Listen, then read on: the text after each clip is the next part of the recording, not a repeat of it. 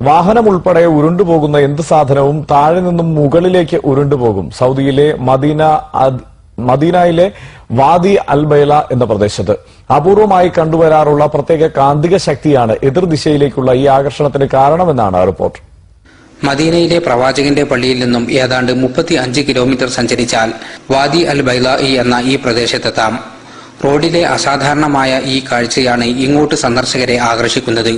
ഇവിടെയുള്ള ചെറിയ ഇറക്കത്തിൽ വാഹനം ന്യൂട്രൽ ഗിയറിൽ ഇട്ടാൽ വാഹനം താഴേക്ക് പോകുന്നതിന് പകരം മുകളിലേക്കാണ് പോകുന്നത്. വാഹനം മാത്രമല്ല, ഉരുളുന്ന കനമുള്ള എന്തും താഴെ വച്ചാൽ അത് മുകളിലേക്ക് ഉരുണ്ടുപോകും.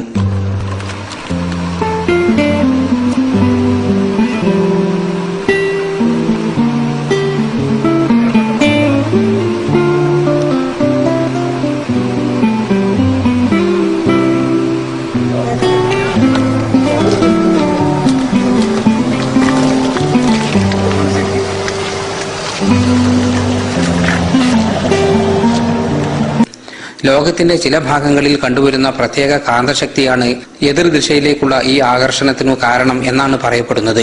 പർവ്വതങ്ങൾ നിറഞ്ഞു നിൽക്കുന്ന ഇത്തരം പ്രദേശങ്ങൾ ഗ്രാവിറ്റി ഹിൽ അല്ലെങ്കിൽ മാഗ്നറ്റിക് ഹിൽ എന്ന പേരിലാണ് അറിയപ്പെടുന്നത്.